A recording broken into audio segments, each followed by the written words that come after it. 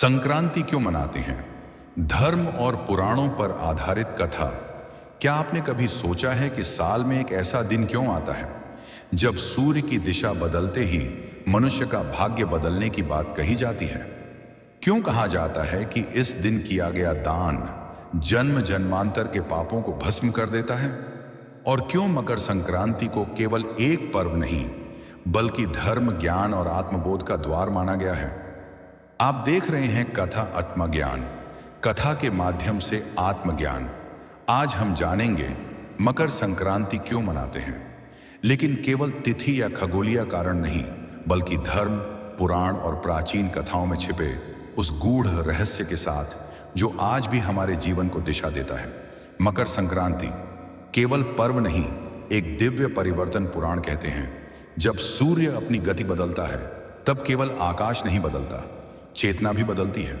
मकर संक्रांति वह काल है जब सूर्य देव धनु राशि से निकलकर मकर राशि में प्रवेश करते हैं। इसे उत्तरायण का आरंभ कहा गया है।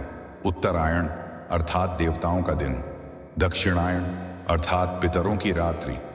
इस एक पंक्ति में ही मकर संक्रांति का संपूर्ण दर्शन छिपा है। बहुत प्राचीन समय की बात है। पृथ्वी पर धर्म कमजोर पड़ने लगा था। मनुष्य कर्म तो कर रहा था पर उसका फल पाने की अधीरता में अधर्म का सहारा ले रहा था। तप, दान और संयम उपेक्षित होने लगे थे। तब आर्षि मुनियों ने ब्रह्मा जी से प्रार्थना की, प्रभो, यदि मनुष्य को फिर से धर्म की ओर मोड़ना है तो समय को ही दिशा बदलनी होगी। ब्रह्मा जी ने सूर्यदेव को बुलाया। सूर्यदेव बोले, मैं तो नियत पथ पर चलता हूं, इसमें परिवर्तन कैसे?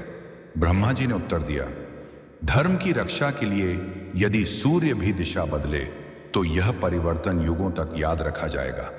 उसी क्षण सूर्य देव ने दक्षिण से उत्तर की ओर अपनी गति परिवर्तित की। यही दिन मकर संक्रांति कहलाया।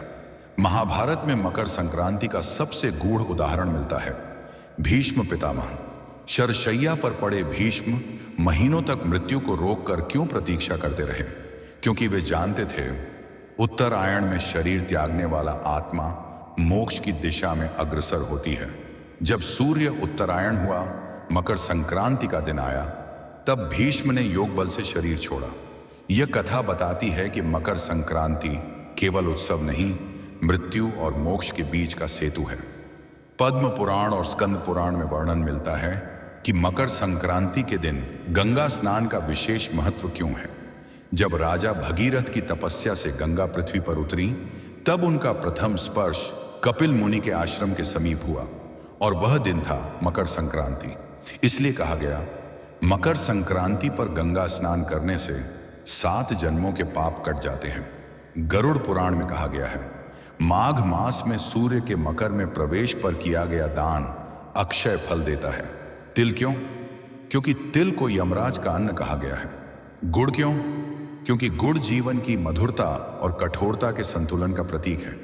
कपड़े क्यों? क्योंकि यह नए जीवन और नए संकल्प का संकेत है। एक बार एक शक्तिशाली राजा था। मकर संक्रांति के दिन उसने भव्य यज्ञ और दान का आयोजन किया, लेकिन उसका दान अहंकार से भरा था। उसी दिन एक साधु आया फटे वस्त्रों में। राजा ने उसे केवल एक तिल का दाना दिया। साधु मुस्कुराया और चला गया।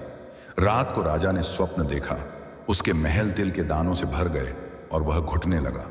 साधु की आवाज आई, दान की मात्रा नहीं, भावना देखी जाती है। सुबह राजा ने अहंकार त्यागा और सच्चे मन से दान किया, तभी तिल सोना बन गए। यह पर्व हमें सिखाता है, अंधकार से प्रकाश की ओर बढ़ना, अहंकार से सेवा की ओर जाना, संग्रह से दान की ओर मुड़ना और सबसे बड़ा, दिशा बदलना। यदि सूर्य अपनी दिशा बदल सकता है तो मनुष्य क्यों नहीं? आज भी जब हम पतंग उड़ाते हैं, तिल गुड़ खाते हैं, तो यह केवल परंपरा नहीं, यह स्मरण है कि जीवन में ऊंचाई के साथ संतुलन जरूरी है। पतंग जितनी ऊंची जाती है, डोर उतनी ही नियंत्रित होनी चाहिए। मकर संक्रांति हमें बताती है, परिवर्तन प्रकृति का नियम है, लेकिन दिशा चुनना मनुष्य का कर्तव्य। यदि आज आप अपने जीवन में अंधकार महसूस कर रहे हैं तो यह पर्व आपको उत्तरायण की ओर बुला रहा है। यदि यह कथा आपको भीतर तक छू गई हो तो इसे केवल सुनकर मत छोड़िए, इसे जीवन में उतारिए। और यदि आप धर्म, पुराण और जीवन के गूढ़ रहस्यों को कथाओं के माध्यम से समझना चाहते हैं तो हमारे चैनल को अभी सब्सक्राइब करें, क्योंकि यहाँ हर कथा केवल कहानी नहीं, आत्मबोध है। आप देख रहे थे क्या था आत्मज्ञान, कथा के माध्यम से आत्मज्ञान।